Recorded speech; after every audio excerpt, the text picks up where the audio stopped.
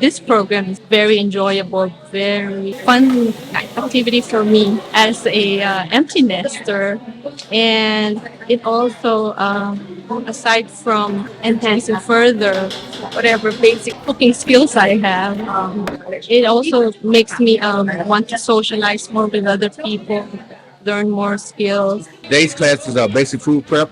We're in the lamb preparation. We're doing racks of lamb, and we're doing quinoa paratha.